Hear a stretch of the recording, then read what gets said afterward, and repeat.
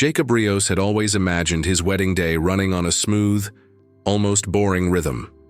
A few nerves in the morning, some pictures in the courtyard, a couple of jokes from his brothers. Nothing complicated, nothing chaotic. After 16 years in the fire service, he felt he'd earned one calm day. The garden behind the small mission-style church was filled with that warm late-afternoon glow that made everything look softer. Guests drifted into their seats. The string quartet tuned quietly. Jacob stood just out of sight behind a stucco archway, rolling his shoulders to shake out the tension.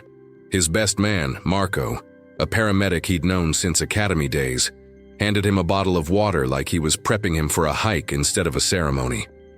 "You good?" Marco asked. Jacob nodded. "Yeah, just want to get through this part and get to the beer." Marco smirked. "That's the spirit." Jacob looked toward the aisle. He could see Elena's silhouette through the frosted glass doors. Everything in him settled when he saw her shape. The last 2 years, her long nights in nursing school, his back-to-back shifts, the silent dinners when they were both too tired to talk, it all felt worth it. Then his phone buzzed. Not the normal buzz. The one reserved for department alerts, sharp, insistent, unmistakable. Marco heard it too. "Dude, no, ignore it." Jacob pulled the device from his pocket anyway. His eyes flicked across the screen. "Major incident. 405 SB, exit. 62 multiple vehicles, trapped occupants. Fire involvement. Nearest available engine. 31 minutes. Requesting off-duty firefighters in vicinity." Jacob didn't breathe for a moment. 31 minutes. That corridor clogged fast on weekends. A vehicle fire with trapped occupants wouldn't wait 5 minutes, let alone 30. Marco read over his shoulder. His voice dropped. "You're not even on call." "I'm 10 minutes away," Jacob said. "You're also getting married." He looked back toward Elena's silhouette again. She was adjusting her veil, unaware of anything happening outside that door. The officiant raised his clipboard to signal that they were ready. A couple of guests leaned forward with their phones. The alert kept pulsing in Jacob's hand. He swallowed hard. "I need to talk to her." "Jake!" But he was already moving. He slipped through the side door and into the hallway leading to the bridal room. His footsteps echoed more than he expected. When he knocked, Elena turned, smiling before she even saw him. "What are you doing back here?" she asked, teasing. "Cold feet?" He shook his head. "No, never that." He showed her the phone. She read the alert, and the smile faded. Not from anger, more from the kind of understanding she'd built over years of waiting for him to come home late from shifts. "Is anyone else closer?" she asked. "No." She took a slow breath. "How bad?" "Bad enough they're asking for off-duty help." Elena looked at him for a long moment. Her voice stayed steady, but he saw the tremble at the corner of her mouth. "If you don't go, you'll spend the rest of the night wondering what happened." Jacob closed his eyes. "I'm sorry." "I know." She stepped forward, straightened his tie, and pressed her forehead against his chest. "Just come back in one piece, and don't you dare think this cancels the wedding. We're finishing this tonight, even if I have to drag you down the aisle myself." He managed a tight laugh, kissed her hair, and stepped away before he changed his mind. Marco was waiting for him by the rear exit, already holding Jacob's car keys. "Go," Marco said. "I'll stall." Jacob jogged across the parking lot, suit jacket flapping behind him. The freeway hummed in the distance, mixed with the faint echo of sirens. He started the engine, peeled out of the lot, and merged toward the on-ramp as the sun dipped lower behind the hills. A thin column of dark smoke rose ahead, drifting sideways in the evening wind. Drivers were slowing, some standing beside their cars, others filming with their phones. Even with the windows up, Jacob could smell the burning, plastic, fuel, rubber. The kind that meant a fire had a head start. He tightened his grip on the wheel. The wedding would wait. The family trapped on the freeway wouldn't. Traffic tightened as Jacob approached the shoulder. Cars sat at odd angles, some with doors still open, their owners standing on the gravel pointing toward the wreck up ahead. He pulled onto the narrow strip beside the guardrail, hazard lights flashing, and rolled to a stop about 50 yards from the crash. The heat hit him as soon as he opened his door. Not the broad, rolling heat of a structure fire, more focused, harsher, like opening an oven full of burning fuel. A dark SUV sat perpendicular to traffic, front end crushed into a small sedan. Flames climbed the SUV's passenger side, licking upward toward the roof. A man pounded on the driver's window with his elbow, coughing, trying to reach someone in the back seat. Jacob sprinted toward him. "I'm a firefighter," he shouted. "Step back." The man staggered away, eyes watering, shirt smeared with soot. My kids are in the back. Seatbelts are jammed. My wife's unconscious, please." Jacob nodded once. Panic wouldn't help either of them. He scanned the scene quickly. Fire on the passenger side spreading toward the rear quarter. Gasoline dripping from the undercarriage. Wind pushing flames toward the back door. He didn't have turnout gear. No gloves. No tools except what he kept in his truck. He ran back, popped open his toolbox, grabbed a pry bar, a window punch, and a compact extinguisher. He carried off-duty more out of habit than expectation. When he returned, the flames had grown louder. A crackling roar, the kind that meant time was running out. He hit the rear passenger window with the punch. It spiderwebbed but didn't drop. Second hit. Glass fell inward. Inside, 2 kids sat strapped in booster seats crying, both faces streaked with sweat and soot. The boy, maybe 8, tried to undo his buckle with shaking hands. The girl, a little younger, hid her face in her arms. "Hey," Jacob said, voice steady. "I've got you." "We're getting out." He reached in, ignoring the heat on his forearms. The latch on the boy's belt released easily. The girl's didn't. The buckle had melted slightly, softening into the plastic casing. Jacob pulled the pry bar, jammed the end under the latch, and leaned his weight against it. It gave after 2 seconds that felt like 30. He lifted the girl out, then the boy. Both ran to their father, who dropped to his knees, pulling them tight. "One more inside?" Jacob asked. The father nodded frantically. "My wife. She's still breathing. She wasn't waking up. Airbags hit her hard." Flames rolled along the SUV's roofline now, threatening to drop inward. Jacob circled toward the driver's side.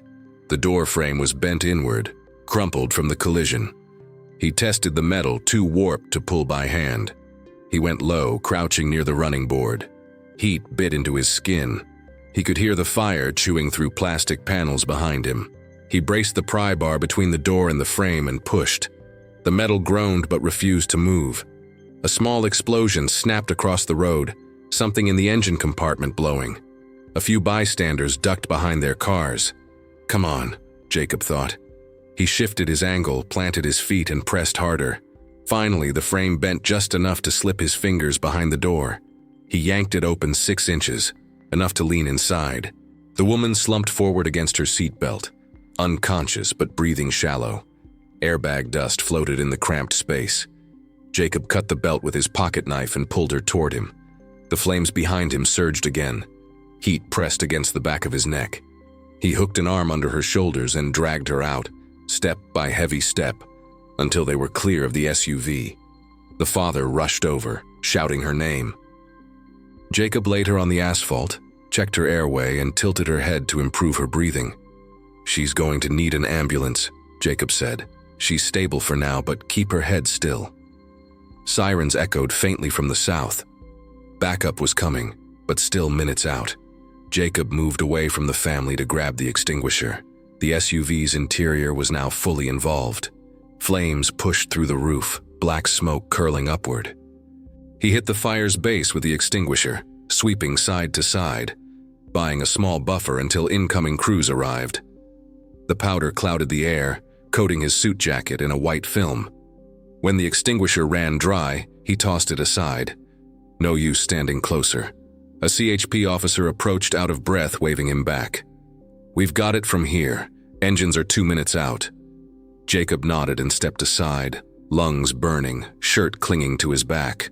The adrenaline began to slide off him, replaced by a hollow ache of everything he'd just pushed through. He walked toward the guardrail and leaned against it, watching the first engine company pull into position. Firefighters jumped down, stretching lines, moving with crisp familiarity. One of them spotted Jacob. "Rios, why the hell are you in a suit?" He shook his head. "Long story." The firefighter laughed once, then turned back to the hose line. Behind him, the father and both kids were kneeling beside the woman, holding her hands, murmuring to her. She stirred a little. The boy kept glancing at Jacob with wide eyes. Jacob exhaled. He felt the weight of the moment settle in, heavy, grounding, the kind of weight you didn't brush off easily. He checked the time. He'd been gone from the church for 24 minutes. Jacob stood near the guardrail until the incoming crews fully took over the scene. Flames were under control within a minute, knocked flat by a straight, efficient attack line. Paramedics moved quickly to the injured woman, starting oxygen, checking her vitals, preparing a backboard. The family stayed close, holding onto her hand as if the contact alone could keep her grounded. One of the medics, Sandoval, someone Jacob had worked with dozens of times, looked up. "You're supposed to be off today." "Wedding day," Jacob said. Sandoval paused mid-motion. "You're kidding." Jacob shook his head. "Was supposed to start 25 minutes ago." Sandoval whistled low. "Man, you better hope your bride's as understanding as she looks." Jacob managed a thin smile. "She is." Once the woman was loaded into the ambulance, Jacob stepped over and spoke quietly with the father. The man looked emotionally shattered, relief and panic tangled together. "I don't know how to thank you," he said, voice cracking. "You don't need to," Jacob replied. "Just worry about your family. They're safe now." As the ambulance pulled away, Jacob finally let out a long breath. The air tasted like burnt plastic and exhaust. His shirt was torn near the elbow. His hands shook faintly from the adrenaline dump. He walked back toward his truck, weaving through the stalled line of vehicles. Some drivers nodded at him. A few tried snapping photos. He ignored all of them, climbing into the cab and closing the door. The interior smelled like heat-soaked vinyl and extinguisher powder. He checked his phone. 3 missed calls from Marco, 2 from Elena. He called Marco first. "Tell me you're alive," Marco answered immediately. "Alive. And not on fire. Mostly." Marco blew out a breath. "Elena's waiting in the side room. Guests are confused. The officiant tried to start a prayer circle. Her aunt is crying like someone died." Jacob closed his eyes, resting his head against the seat. "How bad is it?" "Bad enough that you need to get back now before someone posts a video and she hears about this from her cousin." Jacob started the engine. "I'm on my way." He merged back onto the freeway, taking the same off-ramp he'd flown past earlier. Traffic around the church was quiet, evening settling in.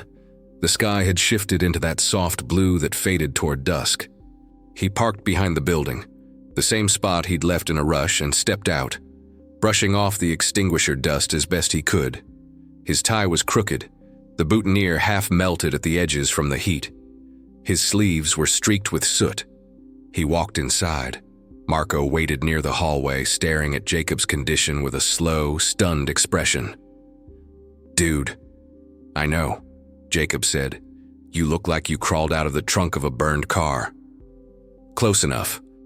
Marco shook his head, straightening Jacob's tie, brushing his shoulders, trying to clean him up but giving up after a moment. "All right, let's just hope Elena doesn't..." Elena stepped out of the bridal room doorway. She froze when she saw him, not angry, just overwhelmed. Her eyes scanned the soot, the torn sleeve, the faint scorch marks near the cuff. Jacob waited for the reaction, bracing for it. Instead, she walked up to him slowly, set her hands on his chest and pressed her forehead against him. He felt her take a steadying breath.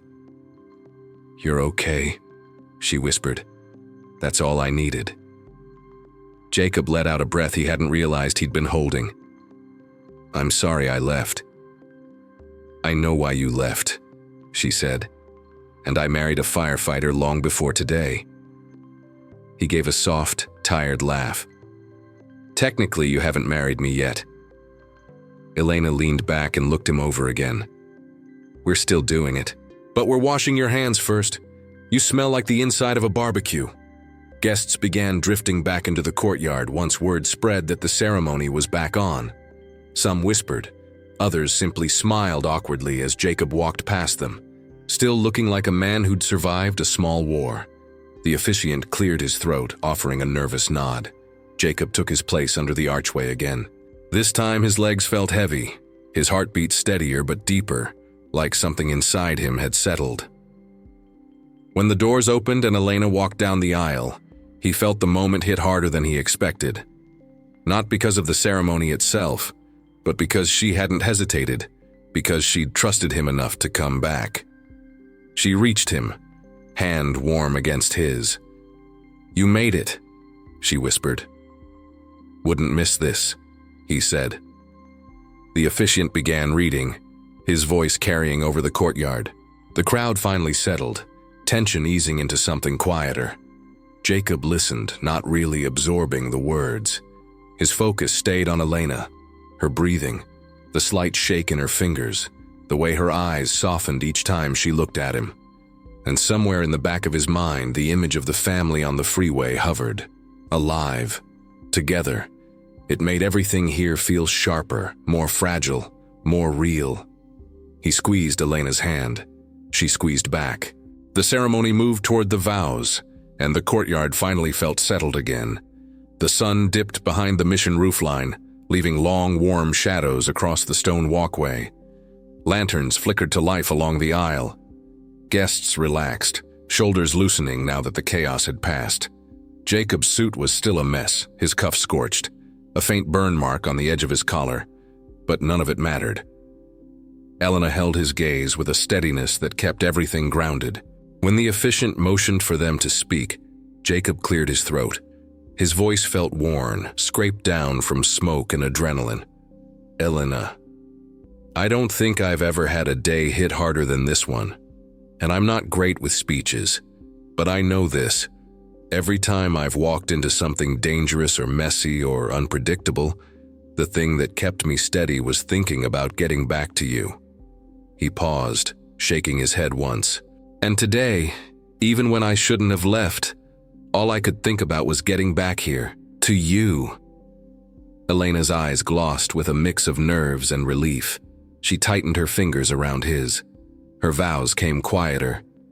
"Jacob, I've spent years learning how to live with your job, its hours, its risks, the calls that hit out of nowhere.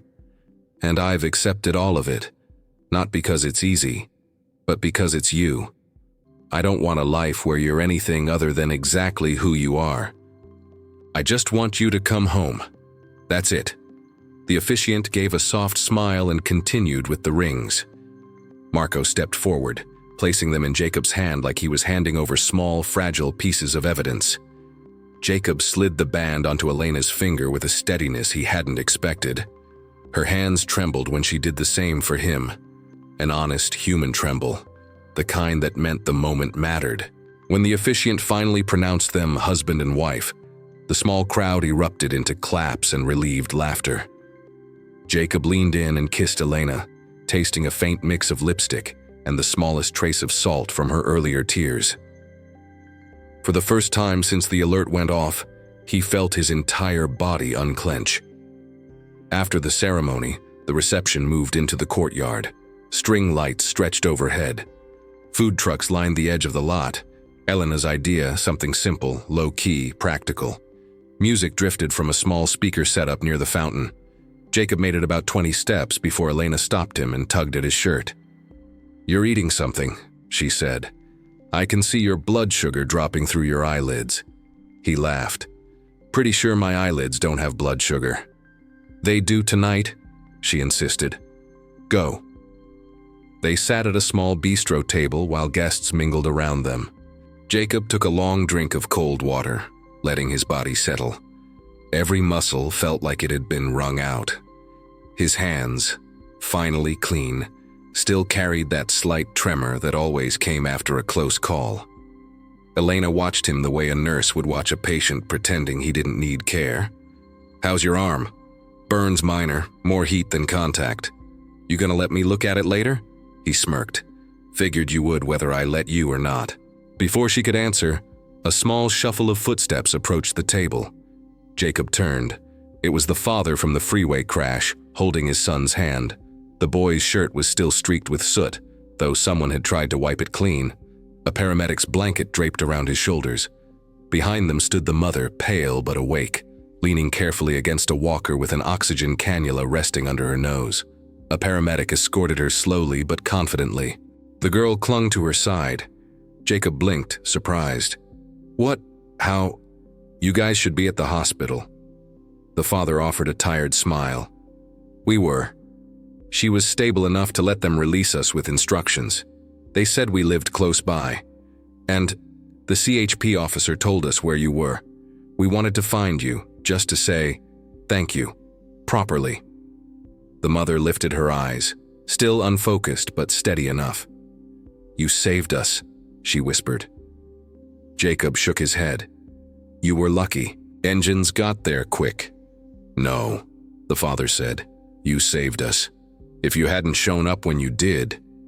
His voice cracked. He swallowed hard. "I don't even want to finish that sentence." Elena stepped beside Jacob, touching his arm gently as the family moved closer.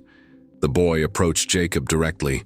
"My seatbelt wouldn't open," he said. "I thought the fire was gonna get us." Jacob knelt so they were eye level. "You did great. You kept calm. You protected your sister. That helped more than you know." The boy nodded, trying to be brave, chin quivering. The father handed Jacob a small folded paper.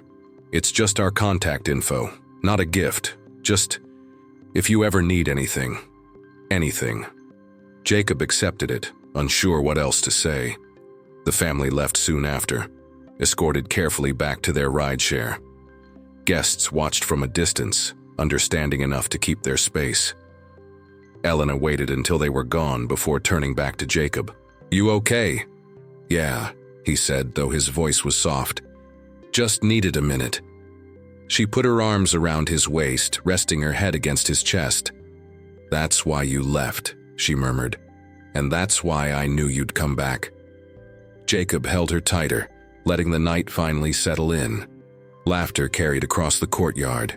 Music shifted to something slow. Lantern light flickered across stone and flowers and tired, relieved faces. For the first time all day, nothing demanded his attention. No alarms, no smoke, no decisions hanging on seconds. Just the woman he'd married and the quiet hum of people he loved around them. Jacob closed his eyes briefly, exhaling the last remnants of adrenaline. He'd left his own wedding to save a family, and he'd come back to start his own.